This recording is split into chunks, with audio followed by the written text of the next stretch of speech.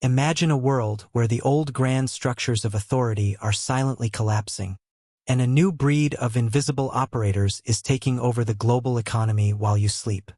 Right now, across the financial capitals of Europe, from London to Berlin, thousands of young individuals are quietly replacing the traditional corporate ladder with a digital chessboard. If you stay until the very end of this broadcast, you will finally decode the invisible mechanisms of this modern wealth matrix, shifting your perspective from a passive observer to an absolute master of your own financial destiny. The ancient promise of a secure career is officially dead, and those who recognize this shift early are quietly securing fortunes, while the rest of the world remains trapped in a failing system. The year is 2015.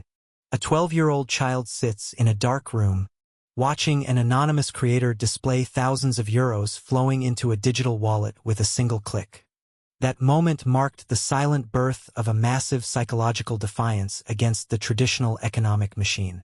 5 years later, in 2020, the entire global structure suddenly halted, forcing older generations into immediate panic and total institutional dependency. Yet, the digital native elite did not flinch because their income was never tied to a physical building, a traditional boss, or a geographical location. That historic disruption permanently rewired how a whole generation views the concept of economic survival and personal autonomy. We are witnessing a bizarre macroeconomic paradox that is reshaping the modern workforce. Official labor reports show that youth employment participation is dropping sharply, even as traditional corporate job openings hit record historic highs. The truth is not that the youth are refusing to work, but rather that they are calculating the cost of their human capital completely differently. They look at a standard 40-hour work week as a form of modern compliance, a slow financial trap that yields minimal long-term returns. Why accept a fixed hourly wage when a single strategic digital trade or an automated system can yield the same result in a few hours? Every hour spent inside a traditional corporate cubicle is now viewed as an expensive sacrifice of potential leverage. This is not a temporary phase of youthful rebellion, but a calculated adoption of raw corporate logic at an individual level. A staggering 86% of young individuals state they would gladly monetize their personal presence without hesitation. They do not view this as vanity, but as a mandatory survival strategy for an aggressive, hyper-digitized economic landscape. At 16, they operate with formal media kits, structured brand partnerships, and complex rate cards. They have completely internalized the brutal reality that in a modern algorithmic market, you are either the platform owner or the commodity being sold. They optimize their personal network like an offshore fund, establishing strategic alliances long before they are legally allowed to vote. The psychological reality behind this ambition is not greed, but an acute, deep-rooted financial anxiety that affects your own economic future.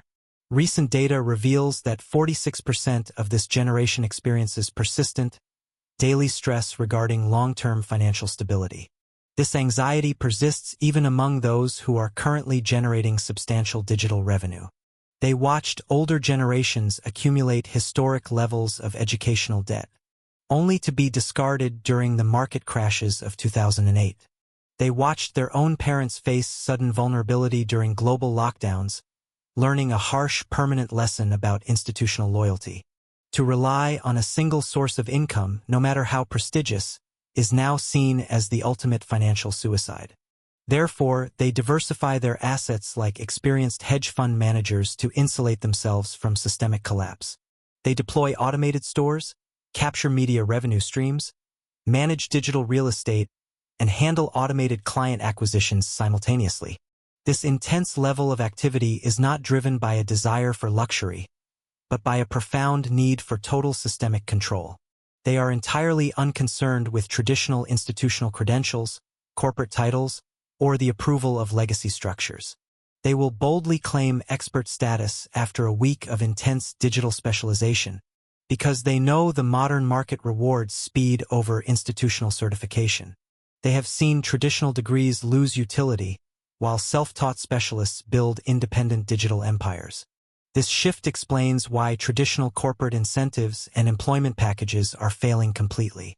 Young operators are routinely rejecting stable corporate offers because the internal culture or structure threatens their personal autonomy.